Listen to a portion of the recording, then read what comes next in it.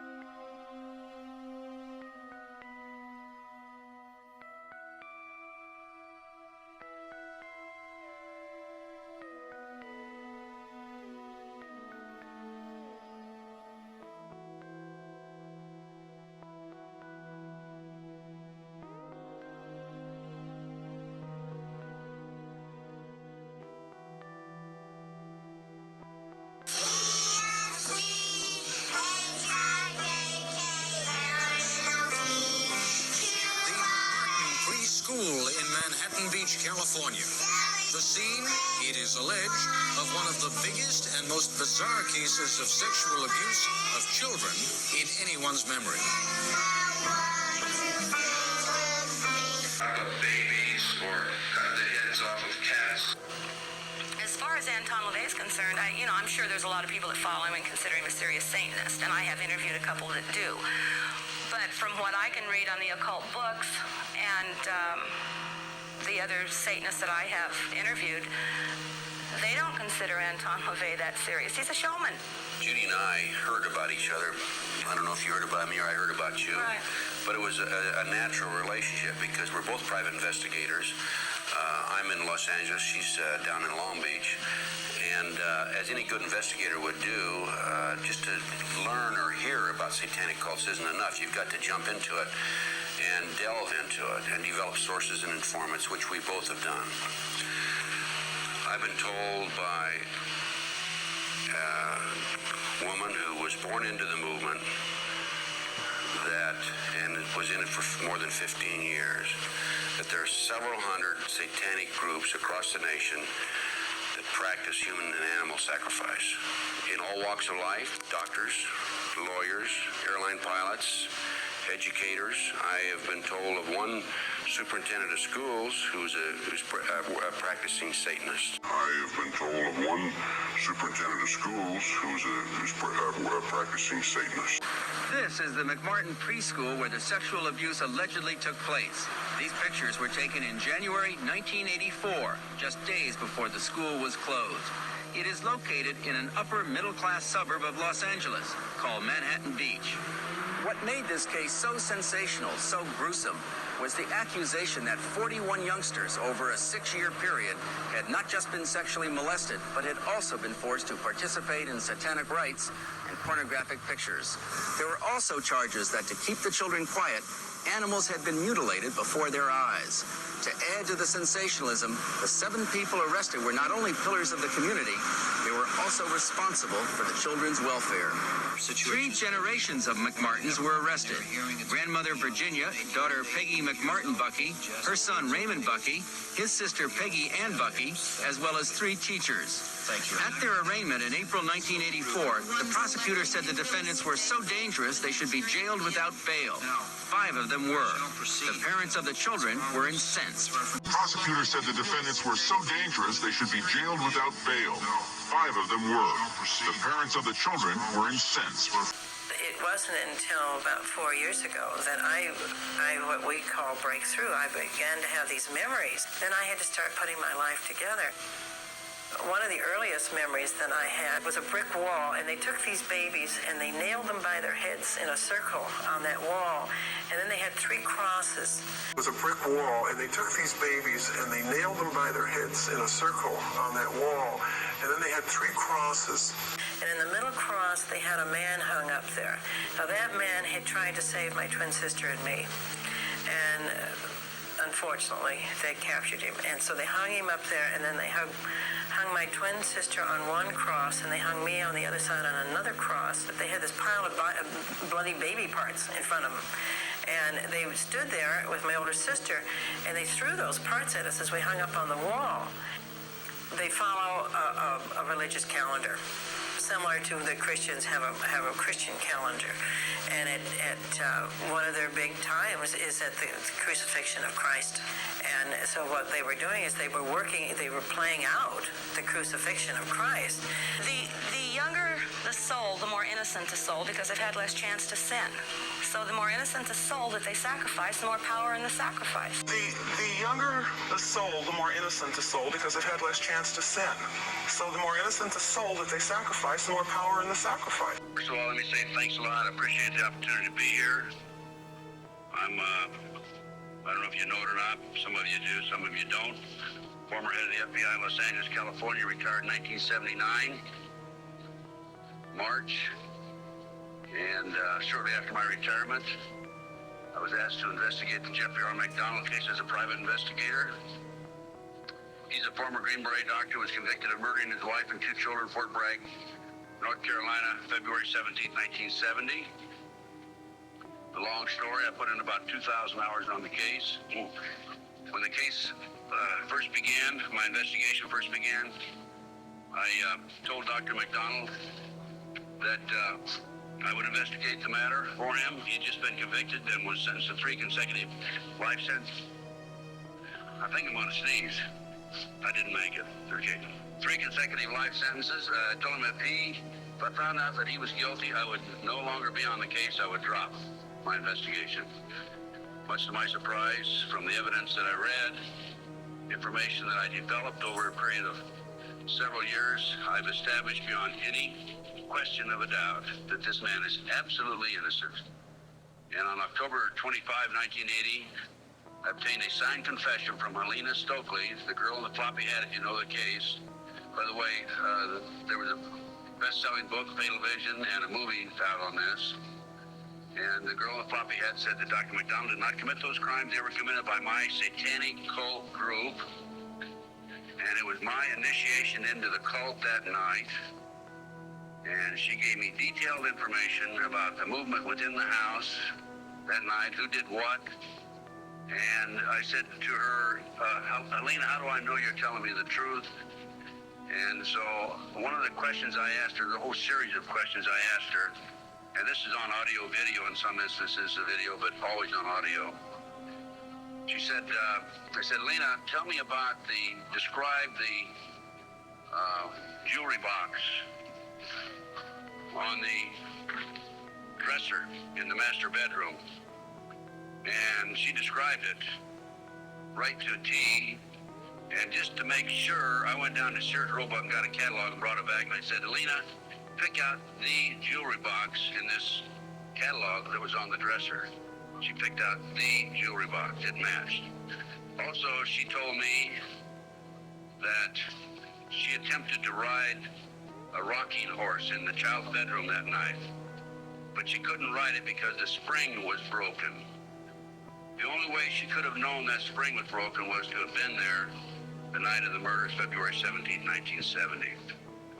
So anyway, I submitted a 1,200-plus page report, actually 1,100-plus page, almost 1,200 pages, in March of 1981 to the FBI. Judge Webster with a personal letter. He was director of the FBI. And I said, Judge, I believe this man is innocent, and he'd run out of money, and, I'd continued to work it as I usually do. And I think that the FBI should continue along the lines of my investigation. And much to my surprise, I started receiving, by the way, it also went to the FBI and to the U.S. Department of Justice, the Solicitor General's office. And much to my surprise, my witnesses, my 19 new witnesses, including Alina Stokely, started calling me and saying, hey, Ted, the FBI has interviewed me. They're trying to get me to recant. And I'm saying to myself, that isn't the responsibility of the FBI. The FBI is supposed to gather information, not destroy it. And that was my first clue that we had a serious problem in that case. And I continued on, and I had a number of other cases that I handled privately. And in each instance, I noticed evidence was lost, destroyed, stolen. I noticed that there were strong indications of corruption. So I asked myself, now what's going on here?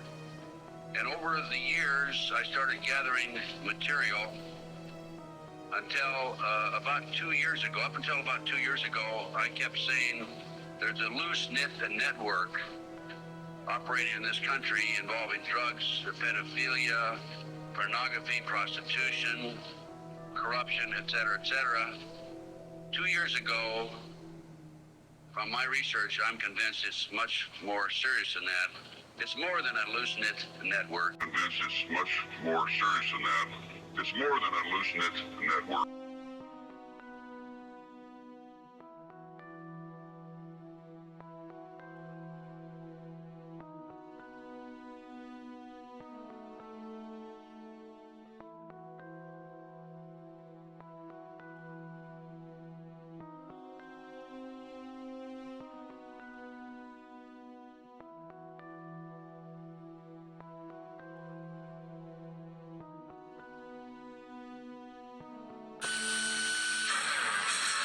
The year is 1970, and despite massive airstrikes and the deployment of ever more U.S. troops, the war in Vietnam is going badly.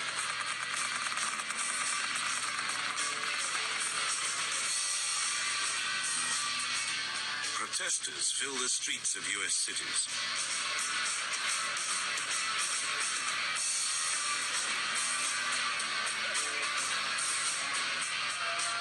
At Kent State University in Ohio, protesting students are shot down by the National Guard.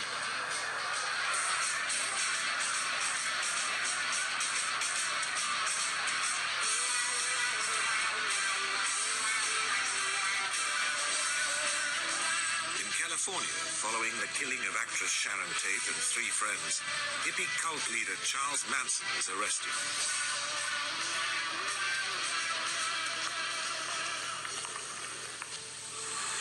Violence is in the air on Visitors' Day at Fort Bragg in North Carolina, the headquarters of the crack Special Forces Regiment, the Green Berets. Early in the morning of the 7th of February 1970, the military police hurried to the house of Captain Jeffrey McDonald, a Green Beret doctor. His faint, desperate voice on the phone had summoned them urgently to 544 Castle Drive. Help, stabbing, hurry, he had hardly more than whispered. They were met with a terrible sight of carnage.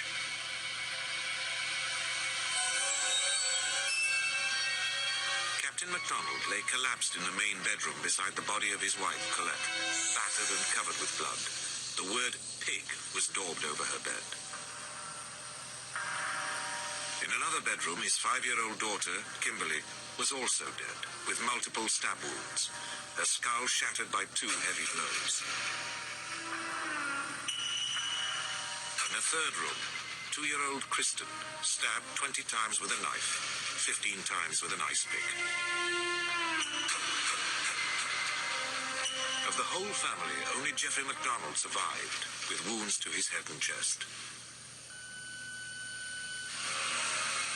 Taken to Fort Bragg's military hospital, it was found that apart from a stab wound in the chest, which had partially collapsed his right lung, the blow on his head was superficial, as were the other marks on his chest.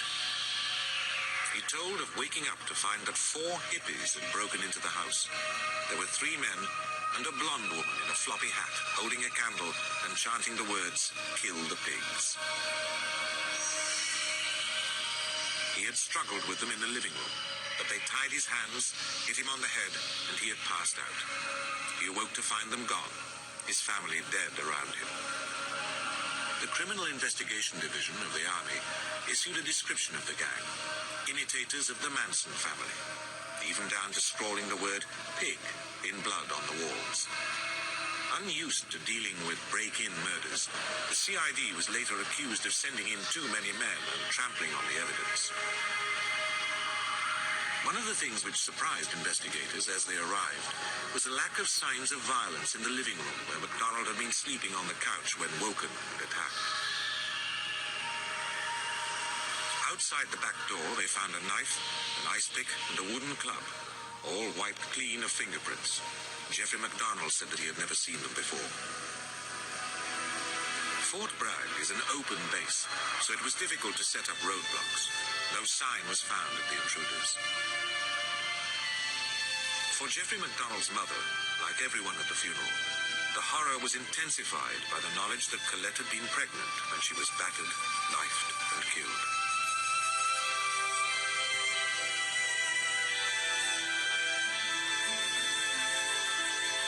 But as public sympathy went out to the handsome captain, Army investigators were worried by a series of unanswered questions.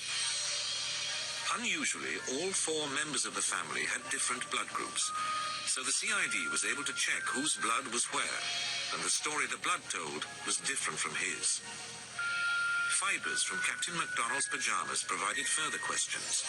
When they searched the house, fibers were found around and even under the bodies, in places that didn't match MacDonald's account of events. And the story the blood told was different from his. Fibers from Captain MacDonald's pajamas provided further questions. When they searched the house, fibers were found around and even under the bodies, in places that didn't match MacDonald's account of events.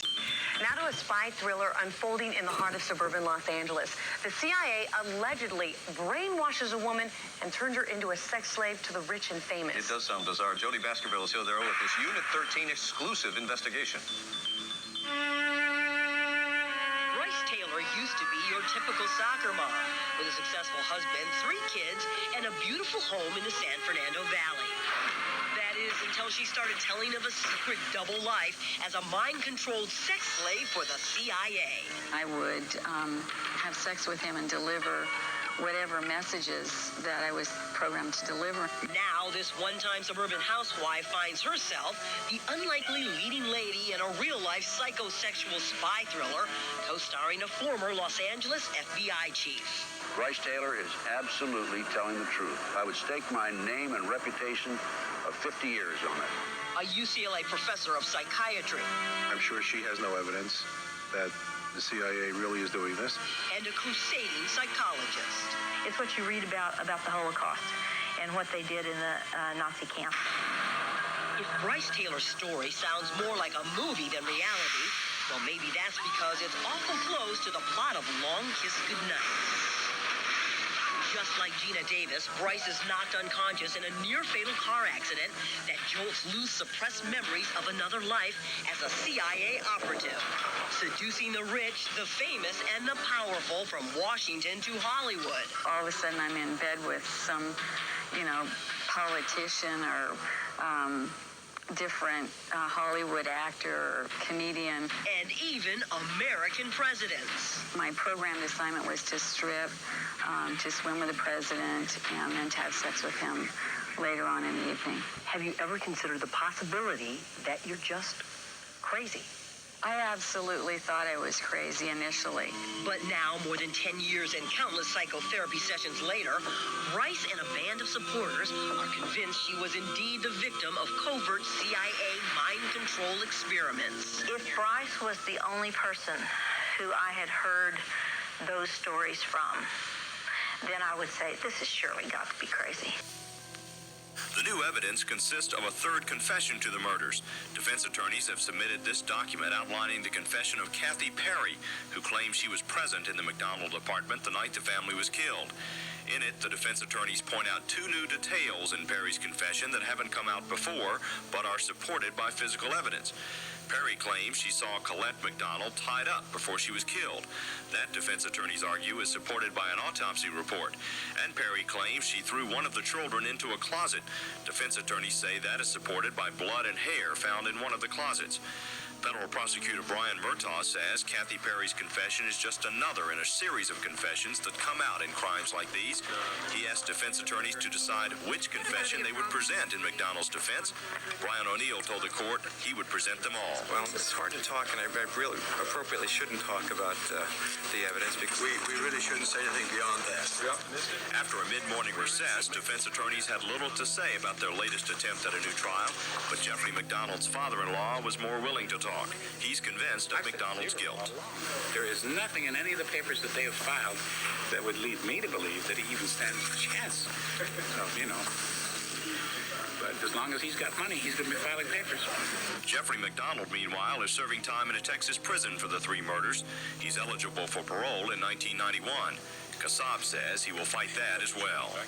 It is my contention that he is not eligible for parole on April 5th, 1991. It's a disagreement that I have on the U.S. Code with the U.S. Bureau of Prisons. And if I have standing, I will take them to court as soon as this is all over with. When they kill the child and they've brought them to total fear, if they eat the flesh, then they, of course, acquire the child's awareness, his uniqueness, his IQ, his courage, his whatever. Well, the area I'm from, on the North Shore of Chicago, in the probably middle 1800s, I believe that that's about the time when this must have begun in that village, that the Satanists infiltrated.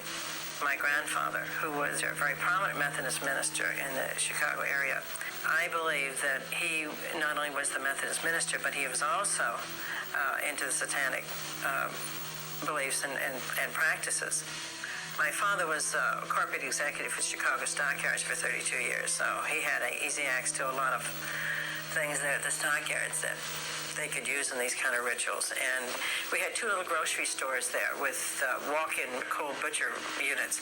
And that's where they would hang these bodies, that they would use in the rituals. And they would hang me up there and tell me that this is what would happen to me if I opened my mouth and talked. They also are very heavy into mind control, and they pass this on from generation to generation. In other words, they'll have a whole family that'll practice Satan worshiping. They take those kids and they raise them. It's like the mind control in Vietnam, but the communists have used in the past. And then, of course, we've got all our adult survivors who, and there's so many that it's frightening, actually. But they're coming forward and they're saying, somebody stop it. I was alone in the room at first. Then there were people that came in. They looked like priests. They had black suits on like a priest. They didn't have a white collar. They had black masks on. Then they began to chant. They brought the baby that was in the bucket. They pulled a baby up out of that bucket. And the baby was kind of whimpering like a baby, a newborn baby. They literally took the knife and went from the chest bone down and cut it wide open. They then took, everyone in that room took the guts of the baby, literally reached in, hand in, and took with the baby, still moving, screaming, and apparently the baby then went limp, but they took the living guts of this baby out and ate it. My grandfather was doing the praying, and he began a prayer out of the book.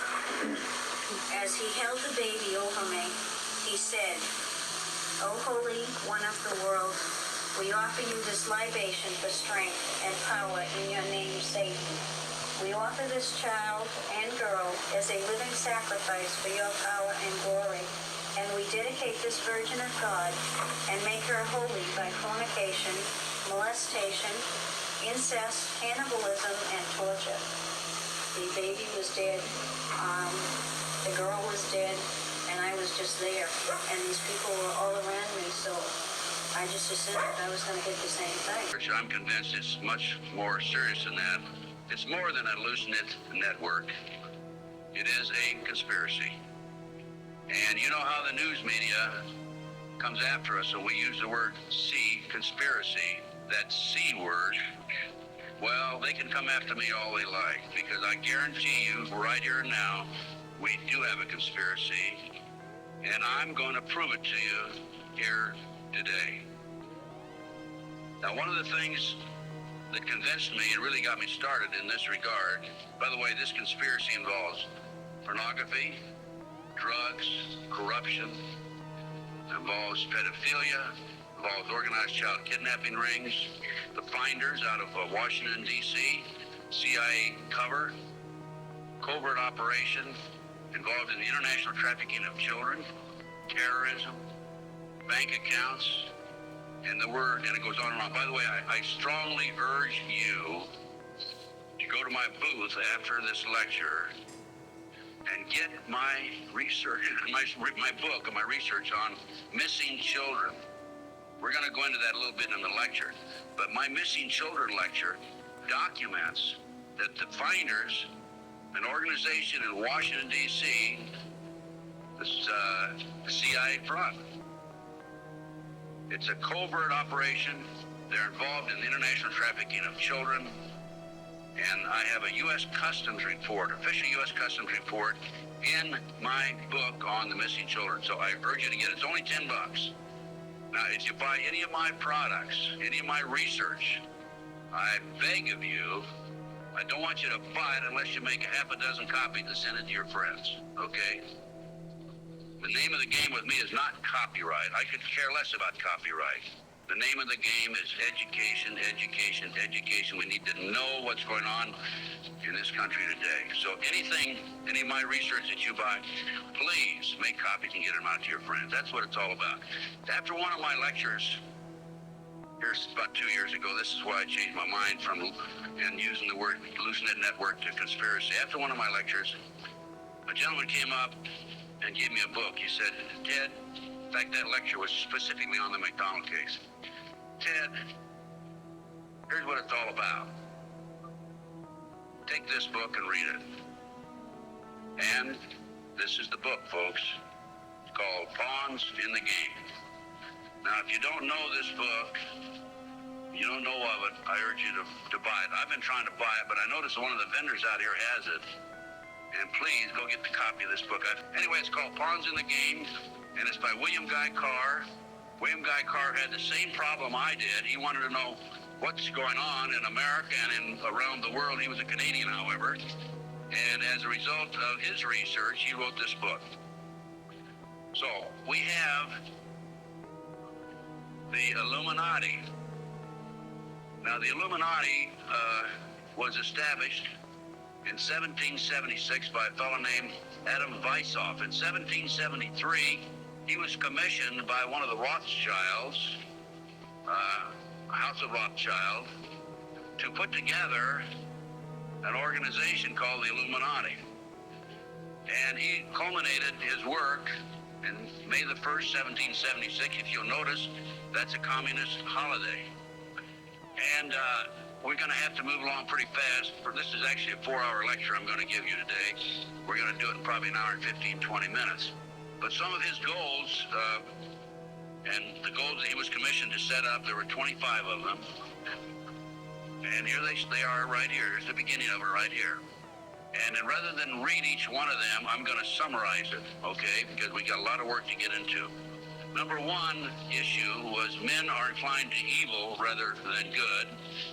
Number two goal and issue was to preach liberalism. Number three, use the ideas of freedom to bring about class wars. That's what we're doing today. Number four, any and all means should be used to reach our goals as they are justified. Any and all means. Number five, their rights lie in force. We're talking about the Illuminati rights lie in force. Number six, the power of our resources must remain invisible until the very moment when it has gained the strength that no cunning or force can undermine it. And if you will notice, it's been very few people know about the Illuminati, so they have maintained their invisibility until most recently. Number seven, advocated mob psychology to obtain control of the masses. Number eight, use alcohol, drugs, moral corruption, and all forms of vice to systematically corrupt the youth of the nation. I don't need to document that one. To systematically corrupt the youth of the nation. I mean, I don't need to document that one. Dr. Pamela Monday, an Austin, Texas psychologist, says she is treating 60 other women telling the exact same story as Bryce. It is the worst abuse of human beings you could possibly imagine. Then there's Ted Gunderson, a special agent in charge of the FBI's Los Angeles division until he retired in 1979. Mind control has been in this country since the late 1940s. Gunderson has obtained numerous declassified documents to support his claim, including a finding by a Senate investigation that the CIA has indeed conducted mind control experiments on unwitting American citizens. It's mind-boggling. That the CIA has indeed conducted mind control experiments on unwitting American citizens. It's mind-boggling. I happen to have 2,200 plus pages of documentation of the mind control program.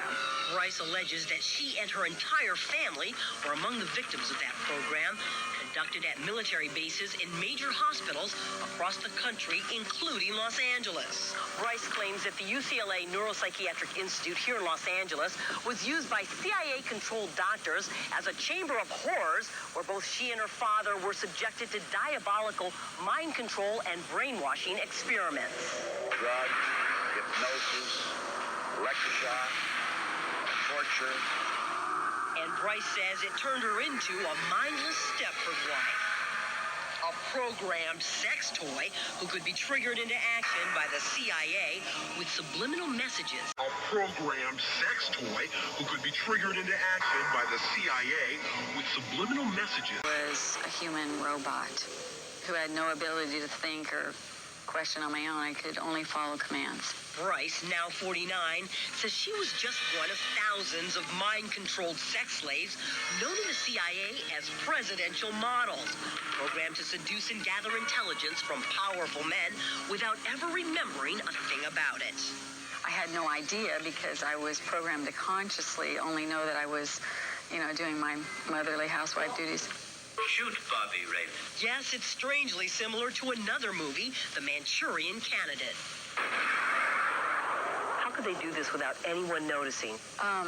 My husband was also programmed. And so were their children, Bryce says, including her beautiful young daughter, Kelly. Sometimes we were even programmed to be a mother-daughter sex team. Whether it's true or not, Bryce's story has had a tragic effect on her once happy family. She and her husband are now divorced, and her two grown sons have virtually disowned her. Well, my ex-husband and my sons think that I'm absolutely crazy. Kelly was the only one who believed her mother's story and suffered a complete nervous breakdown over it. Kelly actually made 2 suicide attempts. And now at age 22, Kelly is in a catatonic state in a California mental hospital after being committed by a judge just last year. My fear is that she will be harmed while she's in this institution. Even Dr. John Hockman, an assistant professor of psychiatry at UCLA, doesn't doubt Bryce is convinced what she is saying is true. She could be a great actress and just be scamming everybody. That's possible. But my take was that she believed what she was saying. Including Bryce's claim that she was brainwashed by the CIA at Hockman's very hospital. UCLA is the biggest hospital west of the Mississippi. So I don't know what's going on in every laboratory, every patient room, every closet, every corridor to corridor. However, Dr. Hockman suspects Bryce is not a victim of CIA mind control, but of a strange condition known as false memory syndrome, in which delusions are unwittingly reinforced and sometimes even implanted by psychotherapists themselves. The art of street fighting, which is necessary to bring the population to a speedy subjection. Number 19, use their agent tours as advisors behind the scenes after wars through secret diplomacy to gain control. Number 20, establish huge monopolies toward world government control. We're seeing that today, the huge monopolies. Number 21, use high taxes and unfair competition to bring about economic ruin by controlling raw materials, organize agitation among the workers, and subsidizing competitors. GATT, NAFTA. Number 22, build up armaments with police and soldiers sufficient to protect our interests. A few years ago, we had 11 federal agencies that were authorized to carry sidearms, firearms. Now we have 39. Number 23, members and leaders of the one world government would be appointed by the director. Okay, Presidential Directive 25 allows the president, by the way, this is classified, secret, not available to the general public, allows and orders that the President of the United States, in the event of a conflict or a crisis in this country, transfers his powers over to the Secretary General of the United Nations. Number 24, infiltrate into all classes and levels of society of government for the purpose of fooling, bemusing, and corrupting the youth members of society by teaching them theories and principles that we know to be false. This is the outcome-based education program being shoved down our throats by the United Nations. Number 25, national and international laws should be used to destroy civilization. Number 25, national and international laws should be used to destroy civilization. We contacted 3 Los Angeles psychotherapists who treated Bryce, but all of them refused to discuss her case even with her permission. Pam Monday believes that's because they've already been threatened by the CIA. There is no such thing as false memory syndrome. There's nothing in the Diagnostic and Statistical Manual that says there is such a thing. In fact, Dr. Monday claims the condition was actually concocted by the CIA to cover up its mind control experiments. Are you CIA? As far as I know, I'm not CIA. Maybe they know I'm CIA, but I don't know. Meanwhile, Bryce Taylor remains convinced that her memories are tragically real. I definitely believe this is still going on, and I believe it will continue to go on until it's exposed and stopped. Bear in mind that they also incinerate. They have the cremators, and they destroy the bodies. There's no evidence. Part of the proof that happens, wasn't it somebody down in Texas, wasn't it Henry Lee Lucas, who actually said that he had gone to schools where they taught him how to kidnap a child? Who trained you? The hands of death. We were trained in detail what to do, what to look for.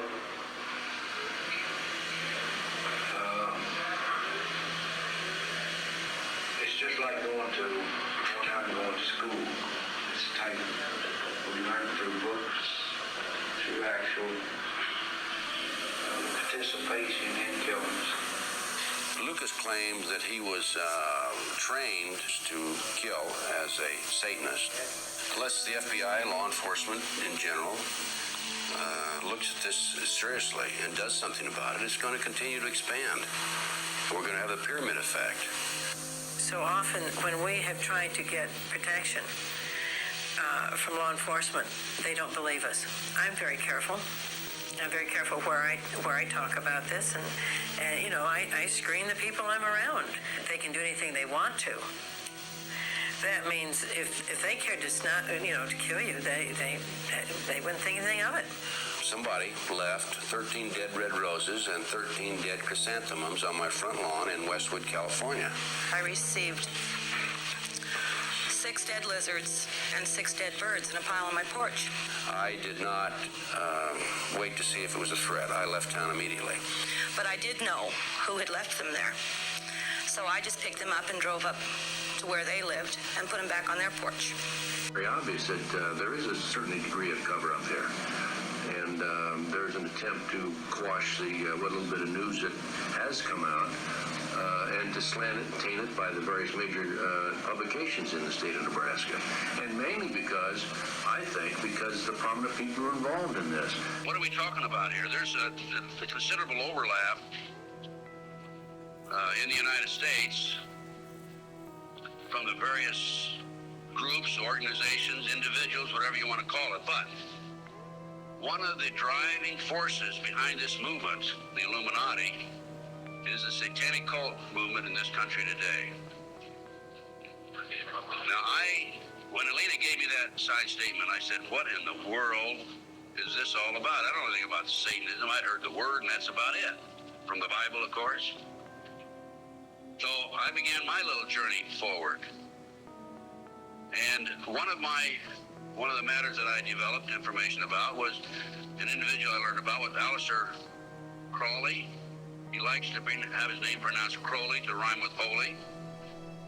And the Satanists today and for the number of years in the past, have basically used his philosophy and his writings as a guide. And so let's talk about some of his writings and teachings.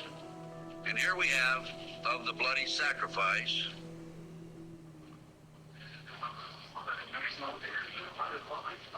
And here we have The Blood is the Life. And here on page 94 of his book, it would be unwise to condemn as irrational the practice of those savages who tear the heart and liver from an adversary and devour them while yet warm. In any case, it was the theory of the ancient magicians that any living being is a storehouse of energy varying in quantity according to the size and health of the animal, and in quality according to its mental and moral character. At the death of the animal, this energy is liberated suddenly. The animal should therefore be killed within the circle. We're talking about the satanic circle,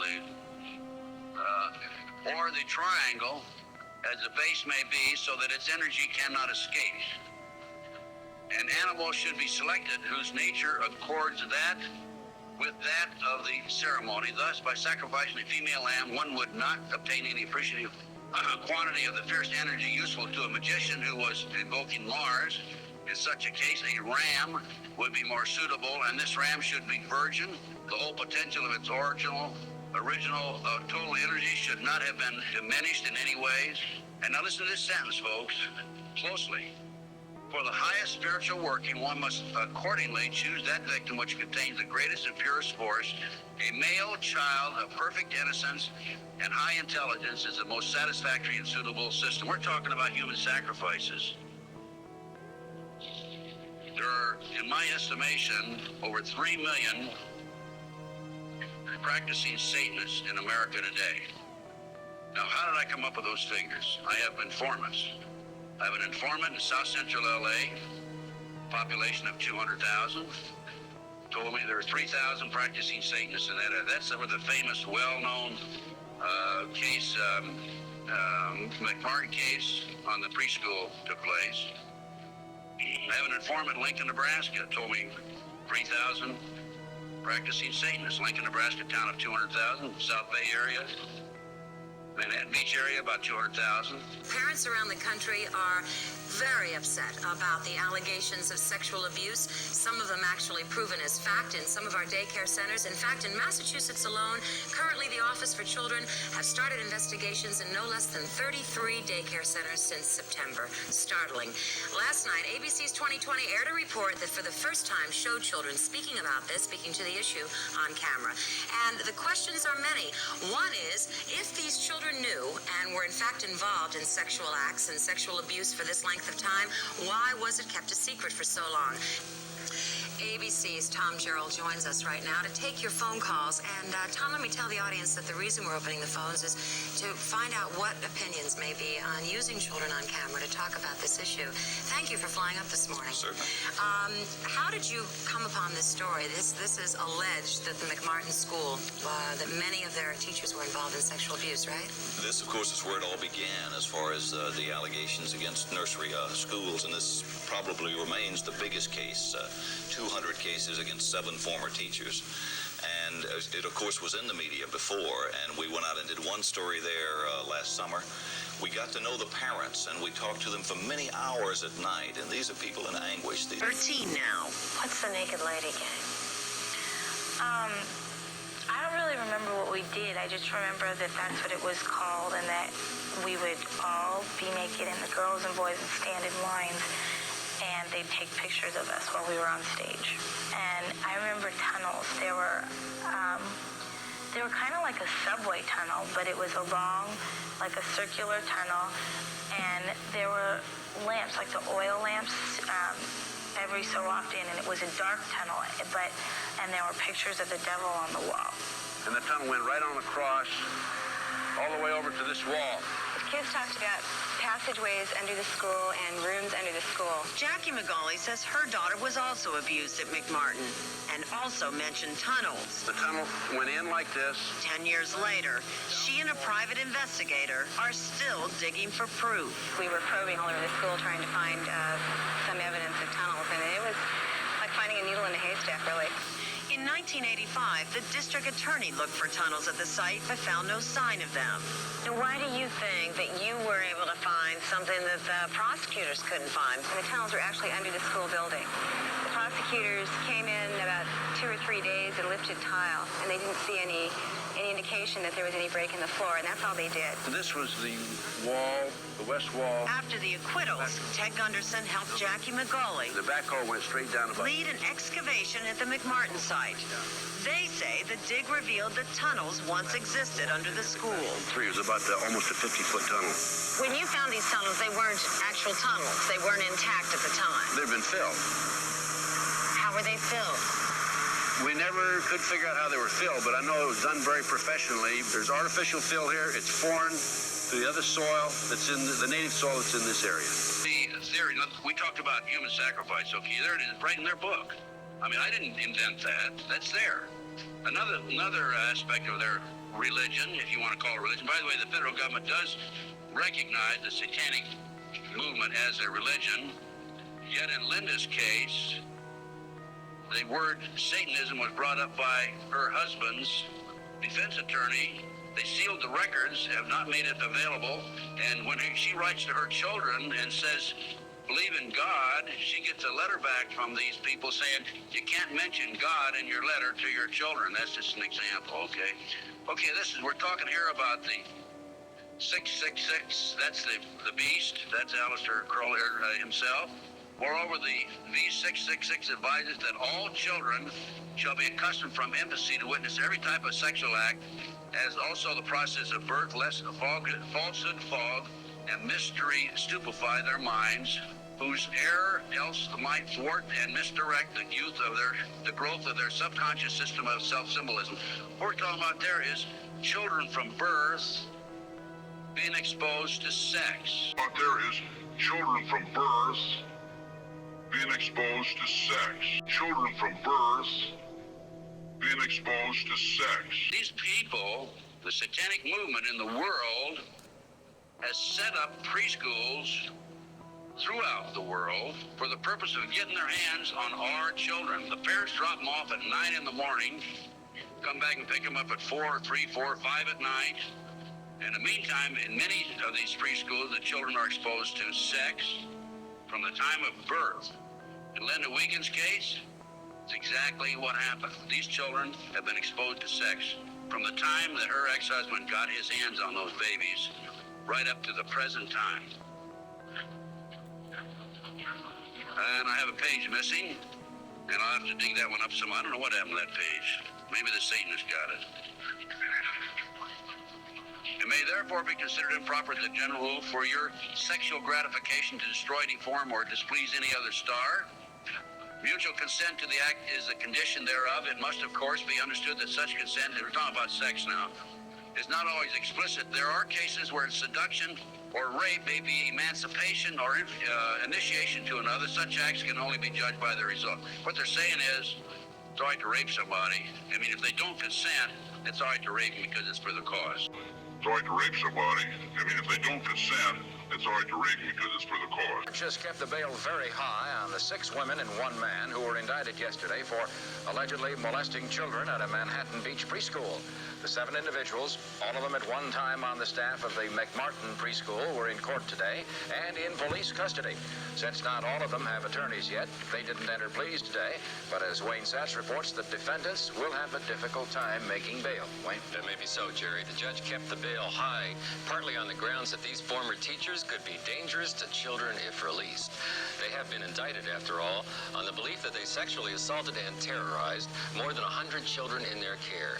So the suspect, Ray Buckey, for example, still faces an unprecedented $1 million bail. And the judge has indicated that he may not accept bail from them in the form of real estate, and that even their cash may be viewed as tainted and not accepted.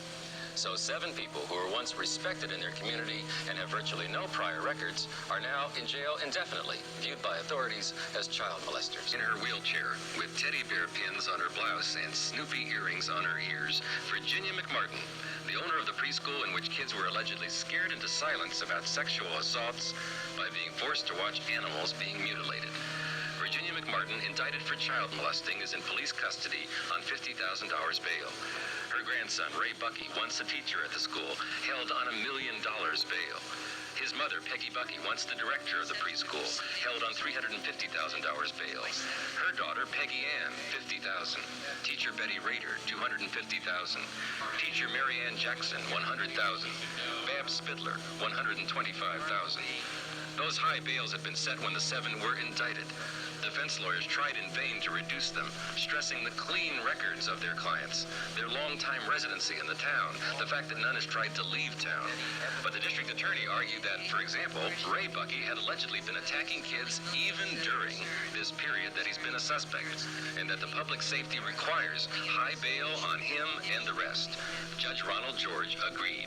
And the court does find that the public safety does justify the following bail, given the great number of charges, the period of years over which the alleged conduct is to have occurred, the vulnerability of the victims and that class of victims, many, many children, dozens of children subjected to serious sexual acts.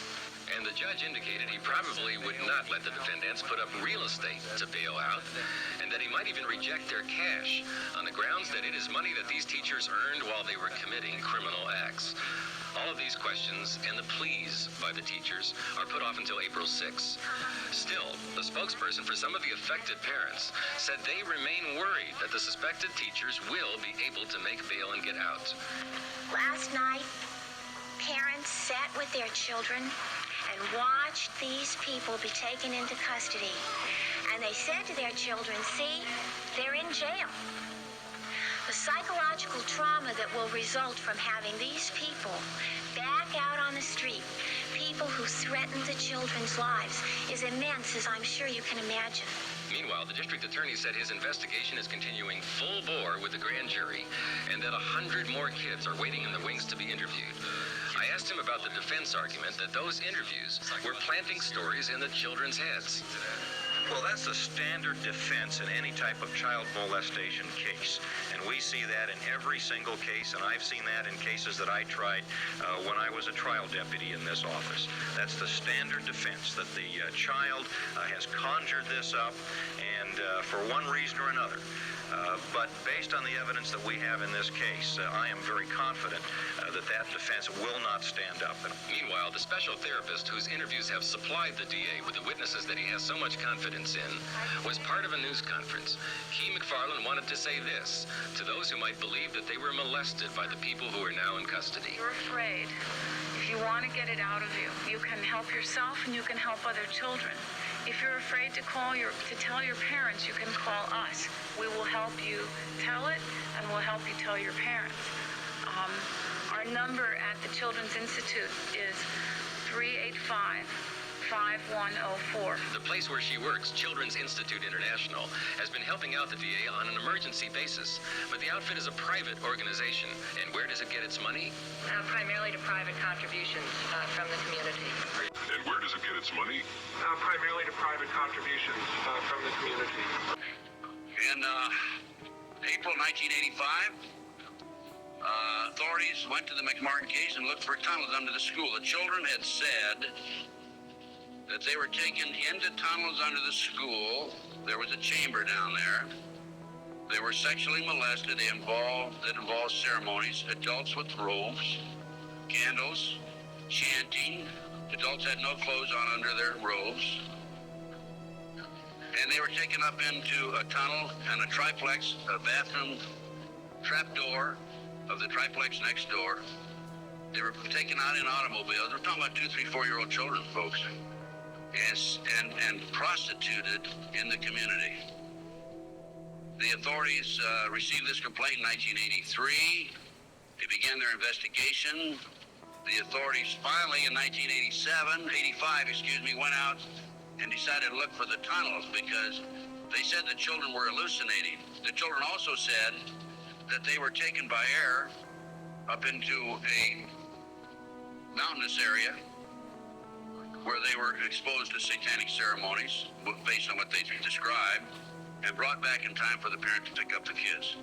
Can you imagine? I can't. A small child being exposed to such brutality. Can you see a child that had been exposed to this complete and utter terror walking calmly out the gate and coming back again and keeping it secret? They showed us pictures of bodies that were burned alive, and they said, this is what's going to happen to you and the rest of your family if you tell. Pictures of bodies that were burned alive, and they said, this is what's going to happen to you and the rest of your family if you tell. The authorities received this complaint in 1983. They began their investigation. The authorities finally in 85, went out and decided to look for the tunnels because they said the children were hallucinating. The children also said that they were taken by air up into a mountainous area where they were exposed to satanic ceremonies based on what they described and brought back in time for the parent to pick up the kids. So the authorities didn't find anything. We're getting off. Pull those next slides.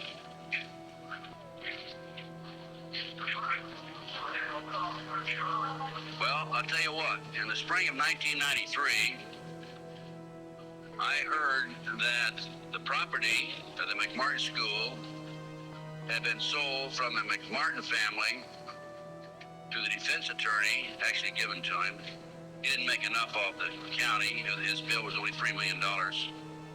And from there, he said he was broke and he sold it to a contractor. The contractor was going to build an office building on the space.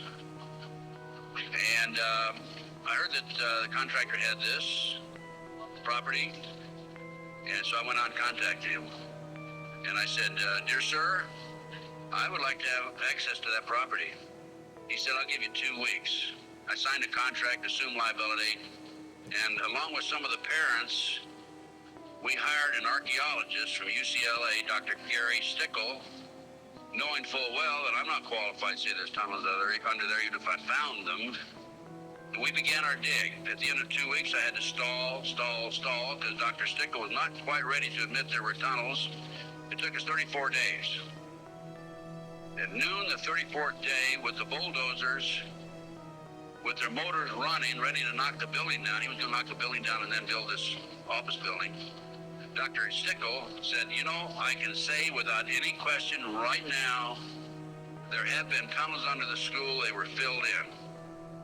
Now, I'm going to show you the documentation on the tunnels. This is it. No, keep it there. Keep that there.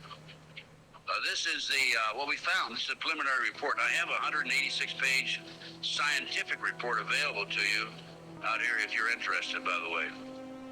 We found a 9-foot wide subterranean entrance under the west wall of dog room. There were 4 classrooms. That was Ray Bucky's room. By the way, Virginia McMartin and Ray Bucky were tried. Virginia, the grandmother, was acquitted. Ray had a hung jury. And we found these tunnels in the middle of the second trial of Ray Bucky. They could have been used to convict him. We called the prosecutor. He sent his investigator out, Mr. Perez. Mr. Perez told me, I don't want you entering in my conversation with the archaeologist. I said, why? He says, you're too argumentative. I said, well, okay, you go in and talk. I'll just keep my mouth shut. We went in, he talked, and he argued with the archaeologist. Here's an investigator, not qualified to talk about tunnels. He said, there aren't any tunnels there, and the archaeologist, of course, argued about it. Anyway, they didn't use that evidence, strong evidence, in the second trial. They ignored it right in the middle of the second trial. I might mention this. The children identified professional football players, professional baseball players, household name actors, actresses, and the son of the leading politician, not a leading politician, the leading politician in Los Angeles. Household name actors, actresses, and the son of the leading politician, not a leading politician, the leading politician in Los Angeles.